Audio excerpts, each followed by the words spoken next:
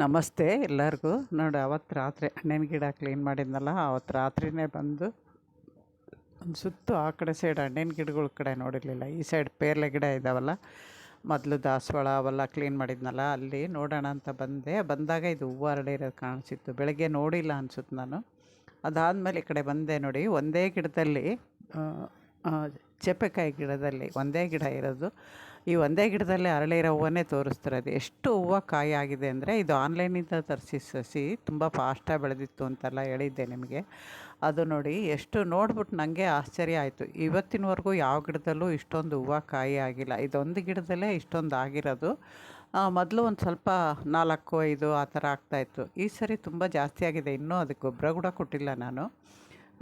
ಏನಂದರೆ ರಿಪೋರ್ಟ್ ಮಾಡ್ಬೇಕಾದ್ರೆ ಚಿಕ್ಕದ್ರಿಂದ ದೊಡ್ಡದ್ರ ಪಾಟ್ಗೆ ಹಾಕ್ಬೇಕಾದ್ರೆ ಚೆನ್ನಾಗಿ ವೇಸ್ಟ್ ಹಾಕಿ ಮಾಡಿರೋದ್ರಿಂದ ಈ ಥರ ಬಿಟ್ಟಿರ್ಬೋದು ಅನಿಸುತ್ತೆ. ಅದರಲ್ಲೂ ಸ್ವಲ್ಪ ವೇಸ್ಟೆಲ್ಲ ಬೆಳೆದಿದೆ. ಅದಾದಮೇಲೆ ತಿರ್ಗಾ ಬೆಳಗ್ಗೆ ನೋಡಿ, ಇದೊಂದು ಡಬಲ್ ಪೆಟಲ್ ಪಿಂಕ್ ಅರಳಿದೆ. ಇದು ಇವಾಗ ಅಲ್ಲೊಂದು ಇಲ್ಲೊಂದು ಹೂವು ಅರಳ್ತಾ ಇದೆ. ಜಾಸ್ತಿ ಇಲ್ಲ, ಹೇಳಿದ್ದೀನಲ್ಲ, ಪ್ರೂನ್ ಮಾಡಿದ್ಮೇಲೆ ಹೂವು ಕಮ್ಮಿ ಆಗ್ಬಿಡುತ್ತೆ ಅಂತ. ನಾವು ಮೊಗ್ಗು ಬಿಟ್ಕೊಂಡು ಬುಕ್ಕು ಇದ್ದಾವೆ ಅಂತ ಬಿಟ್ಟರೆ ನಮಗೆ ಇದು ಮತ್ತೆ ಹೂವು ಜಾಸ್ತಿ ಆಗೋಲ್ಲ. ಅದರಿಂದ ಮೊಗ್ಗಿನ ಆಸೆ ಬಿಟ್ಕೊಂಡು ಒಂದು 15 ದಿನ ತಿಂಗಳು ಹೂವಿನ ಆಸೆ ಬಿಟ್ಕೊಂಡು ಪ್ರೂನ್ ಮಾಡಿದ್ರೆ ನಮಗೆ ನೆಕ್ಸ್ಟು ಹೂವು ಚೆನ್ನಾಗಿ ಸಿಗುತ್ತೆ. ಇವತ್ತು ಒಂದು 3-4 ಹೂವು ಅರಳಿತ್ತು. ಅದಾದಮೇಲೆ ಇವತ್ತಿನ ಕೆಲಸದ ಅಪ್ಡೇಟು. ವಿಡಿಯೋ ಪೂರ್ತಿ ನೋಡಿ ಸಪೋರ್ಟ್ ಮಾಡಿ. ಹೊಸಬ್ರು ಯಾರಾದರೂ ಫಸ್ಟ್ ಸರಿ ಚಾನಲ್ಗೆ ಬಂದು ವಿಡಿಯೋ ನೋಡ್ತಿದ್ರೆ ದಯವಿಟ್ಟು ಸಬ್ಸ್ಕ್ರೈಬ್ ಮಾಡ್ಕೊಂಡು ನೋಡಿ. ನಾನು ಗಾರ್ಡನ್ ವಿಡಿಯೋ ಮಾಡ್ತಾ ಹೇಳೋ ಟಿಪ್ಸ್ಗಳು ನಿಮಗೆಲ್ಲ ಉಪಯೋಗ ಆಗುತ್ತೆ ಅನಿಸಿದರೆ ಬೇರೆಯವ್ರಿಗೆ ಮಾಡಿ. ನಾನು ಮಾತಾಡ್ತಾನೆ ಎಷ್ಟೋ ನನಗೆ ಗೊತ್ತಿದ್ದು ಅವಾಗ ನೆನಪಿಗೆ ಬಂದಿದ್ದೆಲ್ಲ ಹೇಳ್ತಾ ಇರ್ತೀನಿ. ನೀವು ವಿಡಿಯೋ ಸ್ಕಿಪ್ ಮಾಡೋದು ನೋಡಿದ್ರೆ ಏನೂ ಅರ್ಥ ಆಗೋಲ್ಲ. ಪೂರ್ತಿ ವಿಡಿಯೋ ನೋಡಿದರೆ ನಿಮಗೆ ಅರ್ಥ ಆಗುತ್ತೆ. ಗಾರ್ಡನ್ ಮಾಡೋರು ಮೇಯ್ನು. ನೋಡಿ, ಇದೊಂದು ಡಬಲ್ ಕಲರು, ಆಮೇಲೆ ಇನ್ನೊಂದು 3 ಇದೆ ಡಬಲ್ ಕಲರ್. ಆ ಥರ ಚೆನ್ನಾಗಿದೆ. ಅದೊಂಥರ ಚೆನ್ನಾಗಿದೆ ನೋಡೋಕ್ಕೆ. ಅದು ಲಾಲ್ಬಾಗಿಂದ ತಂದಿದ್ದು. 50 ರುಪೀಸ್ ಏನೋ ಅದು ಕೊಟ್ಟು. ಅದರಲ್ಲಿ 50, 100 ಎರಡೂ ಇರುತ್ತೆ. ಲಾಲ್ಬಾಗಲ್ಲಿ ನಮ್ಗೆ ಯಾವ್ದು ಬೇಕೋ ತರ್ಬೋದು. ಕವರಲ್ಲಿದ್ದರೆ 50 ರೂಪಾಯಿ ಹಾಕಿರ್ತಾರೆ. ಇದು ಪಾಟು ಇದ್ದರೆ 100 ಹಾಕಿರ್ತಾರೆ. ದೊಡ್ಡ ಪಾಟು ಅಥವಾ ದೊಡ್ಡ ಗಿಡ ಇದ್ದರೆ ಇನ್ನೂ ಜಾಸ್ತಿ ಇರುತ್ತೆ. ಆ ಥರ ಗಿಡದ ಮೇಲೆ. ಆಮೇಲೆ ಇಲ್ಲೆಲ್ಲ ಕ್ಲೀನ್ ಮಾಡಿ ತೋರಿಸಿಲ್ಲ. ಬಿಲ್ಪತ್ರೆ ಗಿಡ ಈ ಕಡೆ ತಂದಿಟ್ಟಿದ್ದೀನಿ.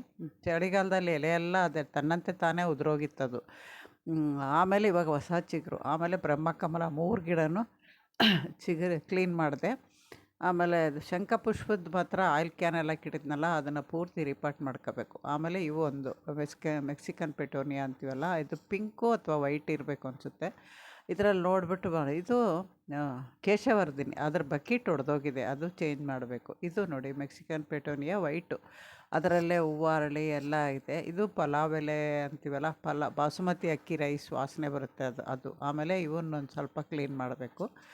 ಮಾಡಿ ತಿರ್ಗಾ ಮಾರನೇ ದಿನ ಇದರಲ್ಲಿ ನಾನು 2-3 ದಿನದ ವಿಡಿಯೋ ಹಾಕಿದ್ದೀನಿ. ವಿಡಿಯೋ ಪೂರ್ತಿ ನೋಡಿ. ಇದು ಕಳೆ ಗಿಡ ಎಷ್ಟು ಹೈಟ್ ಬೆಳೆದಿದೆ ಅಂತ ನೋಡಿ. ಆ ಗಿಡದ ಅದು ಆಯಿಲ್ ಕ್ಯಾನಲ್ಲಿ ಹಾಕಿರೋ ಗಿಡ ಒಂದು ಬೆಳೆಯೋಕ್ಕೆ ಬಿಟ್ಟಿಲ್ಲ, ಅದೇ ಬೆಳೆದ್ಬಿಟ್ಟಿದೆ. ಇದನ್ನು ಮೇಲೆ ಆಗಲೇ ಬೀಜ ಆಗ್ತಾಯಿದೆ.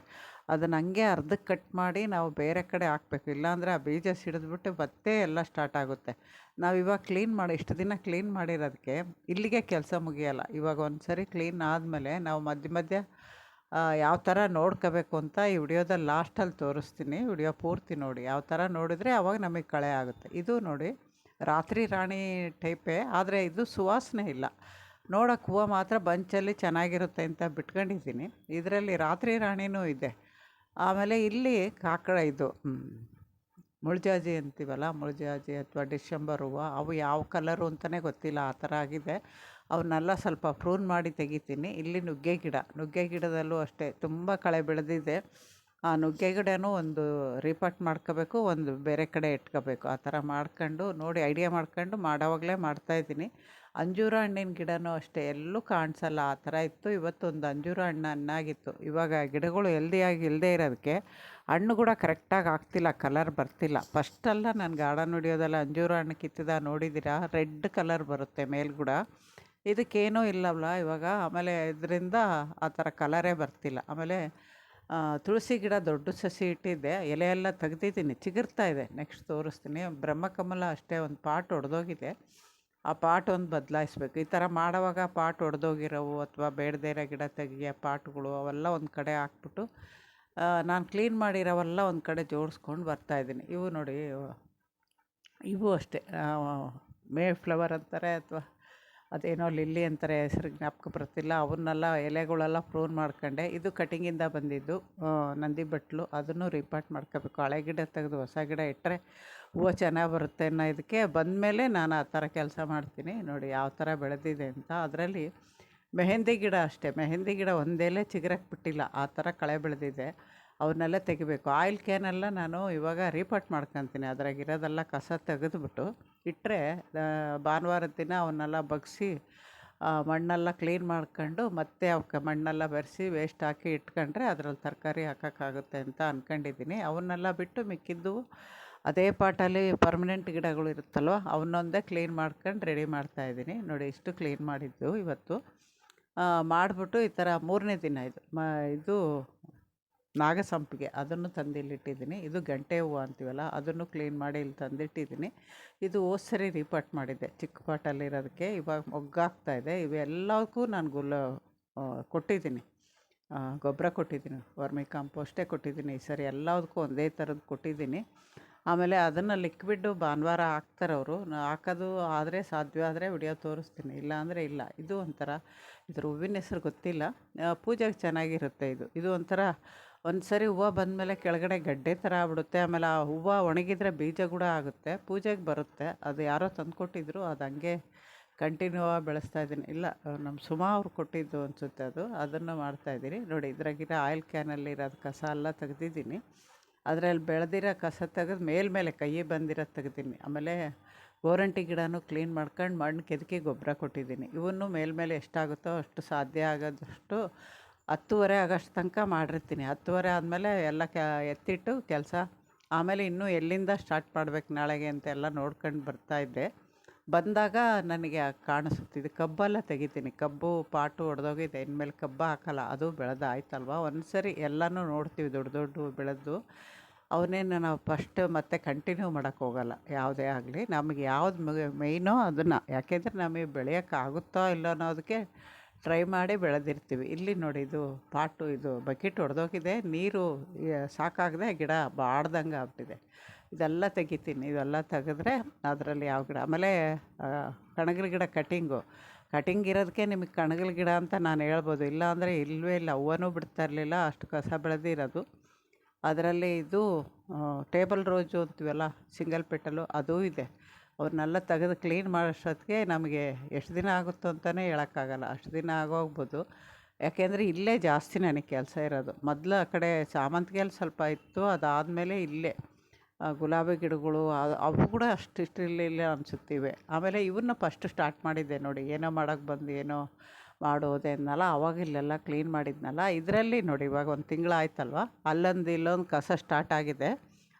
ನೀರು ಬೇರೆ ಹಾಕೋಗಿದ್ದಾರೆ. 10:30 ಆಗಿತ್ತಲ್ಲ, ನೀರು ಹಾಕಿರೋದ್ರಿಂದ ಒದ್ದೇ ಇದೆ ಮಣ್ಣು. ಇವಾಗ ಕೈಯಲ್ಲೇ ತೆಗಿಬೋದು, ಯಾವ ಥರ ತೆಗಿಬೋದು ಅಂತ ತೋರಿಸ್ತೀನಿ. ಈ ಥರ ನಾವು ನೋಡಿದಾಗ ಅಲ್ಲಲ್ಲೇ ನೀರು ಹಾಕಿದಾಗ ಕೈಯಲ್ಲಿ ತೆಗೆದುಬಿಟ್ರೆ ನಮಗೆ ಅದು ಬೀಜ ಇರೋವರೆಗೂ ನಾವು ಆ ಕೆಲಸ ಮಾಡಬೇಕು. ಯಾಕೆಂದರೆ ಅದರಲ್ಲಿ ಬೀಜ ಎಷ್ಟೋ ಉದುರಿರುತ್ತಲ್ವ, ಆ ಬೀಜ ಪೂರ್ತಿ ಹೋಗೋವರೆಗೂ ನಾವು ಅವಾಗವಾಗ ಅವು ಕಂಡಾಗೆಲ್ಲ ಗಿಡಗಳು ತೆಗಿತಾ ಇದ್ದರೆ ಆವಾಗ ಕಳೆ ಬೆಳೆಯೋದು ನಿಂತೋಗುತ್ತೆ.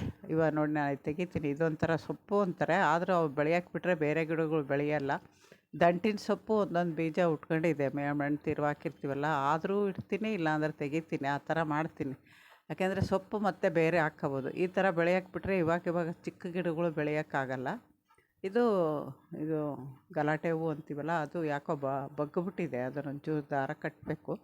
ನೋಡಿದೆ, ಇವಾಗ ಬಗ್ಗಿಬಿಟ್ಟು ಇದೇ ಥರ ಕೆಲಸ ಮಾಡ್ತೀನಿ. ಈ ಥರ ದಿನ ಒಂದು ಸ್ವಲ್ಪ ಎಲ್ಲ ಕ್ಲೀನ್ ಆದಮೇಲೆ ದಿನ ಈ ಥರ ನೋಡ್ಕೊಂಬಿಟ್ರೆ ನಮಗೆ ಗಾರ್ಡನಲ್ಲಿ ಕಳೆ ಇರಲ್ಲ, ಗೊತ್ತಾಗುತ್ತೆ. ಆ ಥರ ಮಾಡ್ಕೊಬೋದು. ನೋಡಿ ಇದು ಕೈಯಲ್ಲೇ ಬಂದುಬಿಡುತ್ತೆ. ನಮಗೆ ಏನು ಚಾಕು ಬೇಡ, ಇನ್ನೊಂದು ಬೇಡ, ಯಾವುದೂ ಬೇಡ. ಮಣ್ಣು ಲೂಸ್ ಇರುತ್ತೆ, ಅವಾಗ ಇನ್ನೂ ಬೇರು ಬಿಟ್ಕೊಂತಿರ್ತಾವಲ್ವ, ಸುಮ್ಮನೆ ಕೈಯಲ್ಲಿ ಹಿಂಗೆ ಅಂದರೆ ಬೇರು ಬಂದುಬಿಡ್ತವೆ. ಈ ಥರ ಎಲ್ಲ ತೆಗಿತಾ ಇದ್ದೀನಿ ನೋಡಿ. ಈ ಥರ ತೆಗ್ದೀತಾ ಇದ್ದರೆ ನಮಗೆ ಗಾರ್ಡನ್ ಯಾವಾಗಲೂ ಕ್ಲೀನ್ ಇರುತ್ತೆ. ನಾನು ಅದೇ ಥರನೇ ಮಾಡಿ ಯಾವಾಗಲೂ ನನ್ನ ಗಾರ್ಡನ್ ಕ್ಲೀನ್ ಇರೋದು. ಮಲಗಿದಾಗಿಂದ 4 ತಿಂಗಳಾಯಿತು ಅಥವಾ 5 ತಿಂಗಳಾಯಿತು ಅನಿಸುತ್ತೆ. ಒಟ್ಟು 7 ತಿಂಗಳ ಕೆಳಗಿಂದ ನಾನು ಏನು ಕೆಲಸ ಮಾಡಿಲ್ಲ. ಅದರಿಂದ ಇಷ್ಟು ಕೆಲಸ ನನಗೆ. ತುಂಬ ದಿನ ಬಿಟ್ಕೊಂಡ್ರೆ ಈ ಥರ ಕಷ್ಟ ಆಗುತ್ತೆ. ನೋಡಿ ಇದರಲ್ಲಿ ದಾಸವಾಳದ ಕಟಿಂಗು ಚೆನ್ನಾಗಿ ಚಿಗುರಿದೆ. ಅದರಲ್ಲೂ ಸೊಪ್ಪು, ಬೇರೆ ಗಿಡ, ಇದನ್ನು ಕ್ಲೀನ್ ಮಾಡೇ ಇಟ್ಟಿದ್ದು ನಾನು. ಇಡಬೇಕಾದ್ರೆ ಚಿಕ್ಕದು ದೊಡ್ಡದು ಎಲ್ಲ ಕ್ಲೀನ್ ಮಾಡೇ ಇಟ್ಟಿರ್ತೀನಿ. ಆದರೂ ಮಣ್ಣು ತಿರುವು ಹಾಕಿರ್ತೀವಲ್ಲ, ಅದರಲ್ಲೂ ಎಲ್ಲಿಂದನೋ ಬೀಜ ಉದುರಿರುತ್ತಲ್ಲ, ಅವೆಲ್ಲ ಪೂರ್ತಿ ಖಾಲಿ ಆಗೋವರೆಗೂ ನಾವು ಈ ಕೆಲಸ ಮಾಡ್ತಾಯಿದ್ರೆ ಸರಿ ಹೋಗುತ್ತೆ. ನಾನಿವಾಗ ಇದನ್ನೆಲ್ಲ ಈಸಿಯಾಗಿ ತೆಗೆದುಬಿಡ್ಬೋದು. ಈ ಥರ ತಗೊಂಬಿಡಿ ನೀವು. ಒಂದು ಸರಿ ಕಷ್ಟಪಟ್ಟು ಗಾರ್ಡನ್ ಕ್ಲೀನ್ ಮಾಡಿದ್ರೆ ನೆಕ್ಸ್ಟು ಈ ಥರ ಒಂದು ದಿನಕ್ಕೆ ಒಂದು ಹಬ್ಬ ಅಂದರೆ ಇದೇನು ಜಾಸ್ತಿ ಹೊತ್ತಾಗಲ್ಲ. ಒಂದು ಅರ್ಧ ಗಂಟೆ ಕೆಲಸನೂ ಆಗೋಲ್ಲ. ತುಂಬ ಜಾಸ್ತಿ ಇರೋದಕ್ಕೆ ನನಗೆ ಒಂದು ಅರ್ಧ ಗಂಟೆ ಅನಿಸುತ್ತೆ. ಚಿಕ್ಕ ಸ್ವಲ್ಪ ಗಿಡಗಳು ಇದ್ದರೆ ಬೇಗನೆ ಒಂದು 10 ನಿಮಿಷ 5 ನಿಮಿಷಕ್ಕೆ ನಾವು ಅವತ್ತಿಂದ ಅವತ್ತು ಕಳೆ ತೆಗೆದ್ಬಿಟ್ಟು ಪಾಟ್ಗಳು ಕ್ಲೀನಾಗಿ ಇಟ್ಕೋಬೋದು. ಅದರಿಂದ ನಾವು ಹಾಕಿರೋ ಗಿಡಗಳು ಹೆಲ್ದಿಯಾಗಿ ಬೆಳೀತವೆ ಅಂತ ಹೇಳ್ತೀನಿ ನಾನು. ಅದರಿಂದ ನೋಡಿ ಇವಾಗ ನಾನು ಎಷ್ಟು ಸುಮಾರು ಒಂದು ಸಾಲು, ಚಿಕ್ಕ ಸಾಲು, ಸಾಲೆಲ್ಲ ಕ್ಲೀನ್ ಮಾಡಿದ್ದೀನಿ. ಕ್ಲೀನ್ ಮಾಡಿ ಆ ಮಾವಿನ ಗಿಡ ಅದು ಎಲ್ಲ ಕಡೆ ಬೆಳೆದಿತ್ತು, ವೆರಿಪಟ್ ಮಾಡಿರೋ ಗಿಡ ಅದೆಲ್ಲ ತಗೊಂಡೋಗಿ ಒಂದು ಕಡೆ ಗುಡ್ಡೆ ಹಾಕಿದ್ದೀನಿ. ಯಾಕೆಂದರೆ ಮಣ್ಣು ಹಸಿ ಇದೆ, ಇದರಲ್ಲಿ ಇನ್ನೊಂದು ಚೂರು ಮಣ್ಣು ಮೆತ್ಕೊಂಡಿದೆ. ಒಂದು ಕಡೆ ಹಾಕಿದಾಗ ನಾಳೆ ಬೆಳಗ್ಗೆ ಬಂದುಬಿಟ್ಟು ಇದು ಸ್ವಲ್ಪ ಮಣ್ಣು ಉದುರಿಸ್ಬಿಟ್ಟು ತಗೊಂಡೋಗ್ಬಿಟ್ಟು ನಾವು ಗೊಬ್ಬರದ ಗುಂಡಿಗೆ ಹಾಕ್ಕೋಬೋದು. ನಮಸ್ತೆ, ಇನ್ನೊಂದು ವಿಡಿಯೋದಲ್ಲಿ ಸಿಗ್ತೀನಿ.